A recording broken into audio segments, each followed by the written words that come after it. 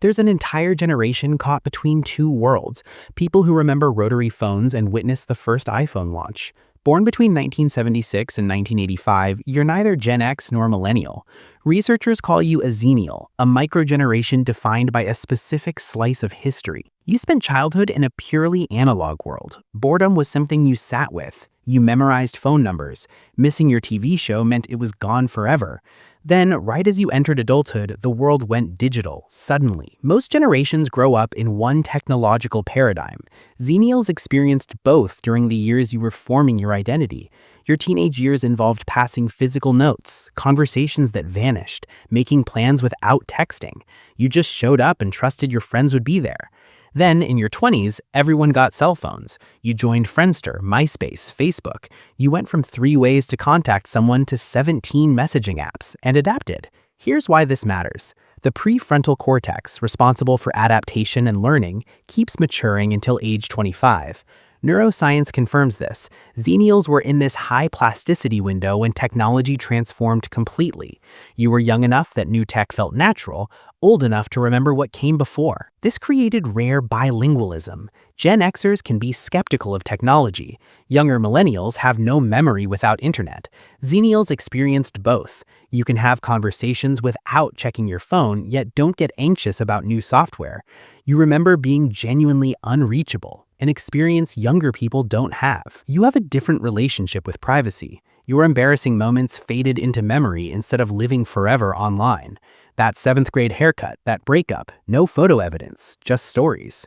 Research shows autobiographical memory is fluid. Our brains naturally edit memories, keeping what matters, letting the rest fade.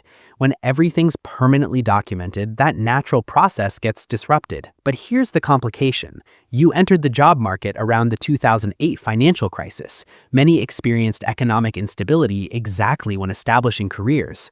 Financial trauma during this stage creates lasting psychological effects, shaping how you think about money, security, and risk. You're a generation that learned to adapt to massive technological change, but got economically burned when building stability. You navigate change because you had to, but there's an underlying what if it all falls apart again running through your decisions. Zenials live with an unusual paradox. You have Gen X's self-reliance. You grew up before helicopter parenting.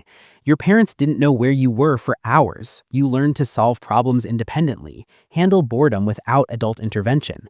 What defines Zenials is holding contradictions comfortably. You remember before and after, so you see what was gained and lost. You're not as nostalgic as Gen X because you appreciate modern conveniences. But unlike younger generations, you recognize what we gave up. You lost the ability to be truly alone with thoughts without effort. You lost patience from waiting. You lost presence that existed when nothing competed for attention. But you gained connection, information, and possibilities your younger self couldn't imagine. If you're a Zenial, you probably feel like you don't fit anywhere. Too young for some things, too old for others. Caught between two worlds. That's not a flaw. That's your generation's defining feature. In a world changing faster than anyone can predict, having lived through one massive transition is the most valuable thing you learned. You know how to adapt without losing yourself. If this resonated, I'd appreciate you subscribing. Consider becoming a channel member to support content like this. I'll see you in the next one.